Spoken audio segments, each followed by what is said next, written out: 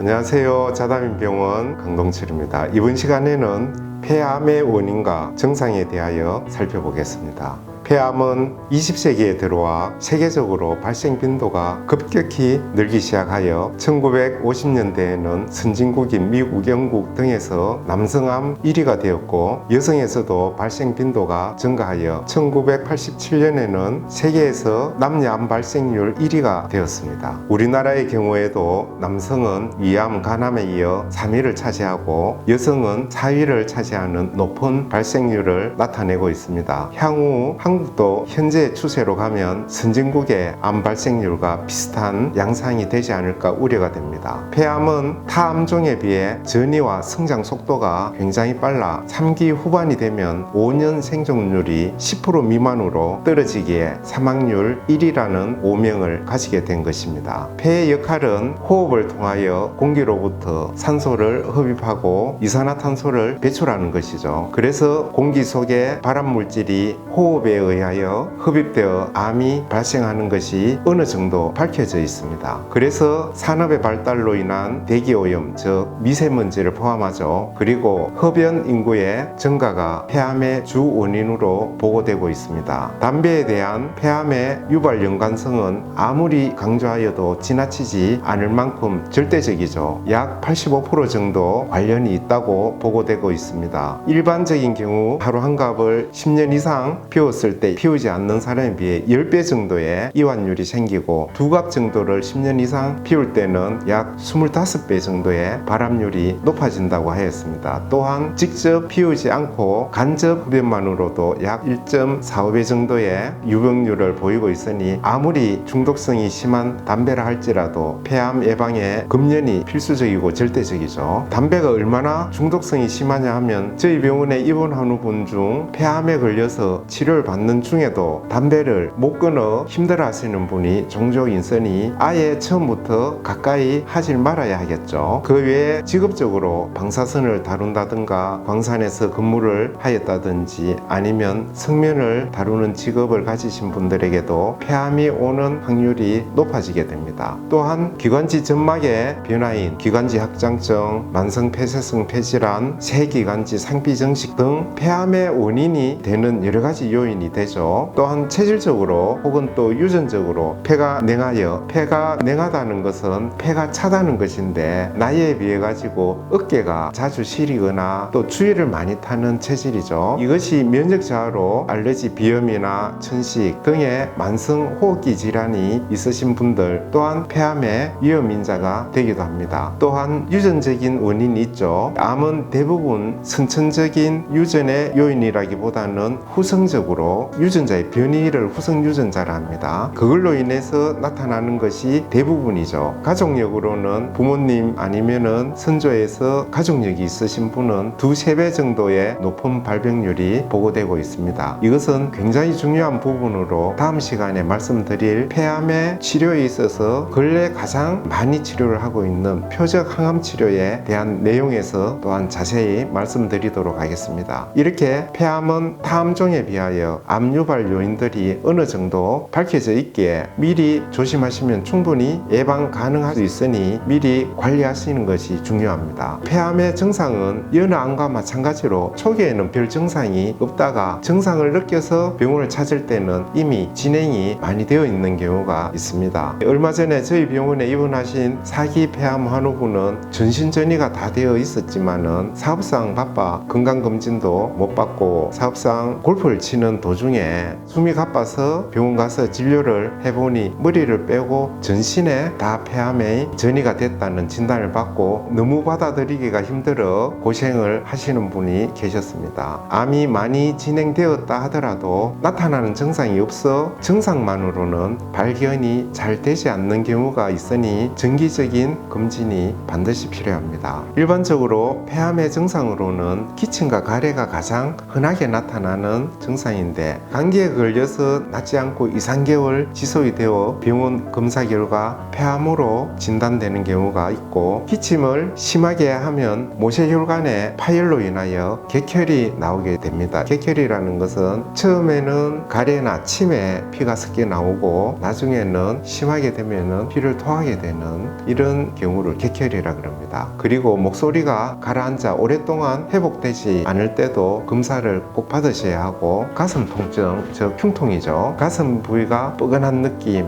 또 결리는 느낌, 이런 것들이 반복적으로 나타나게 되는데 이것 또한 하나의 폐암의 증상이 될 수가 있습니다. 폐암의 진행 정도가 심하게 되면은 천명, 가슴에서 그릉그릉 소리가 밖에서도 들리죠. 이러한 천명이 있게 되고 호흡곤란, 그리고 연화곤란, 즉 음식물을 삼키기가 거북스러워지는 증상이 나타나면서 피가 섞인 가래나 침이 지속적으로 나타나는 경우가 있으니, 이런 경우에는 반드시 흉부 CT를 찍어서 확인해 보는 것이 좋습니다. 빠른 진단 또한 효과적인 예방과 치료로 이어지니 이러한 원인과 증상을 잘 참고하시기를 바랍니다. 감사합니다.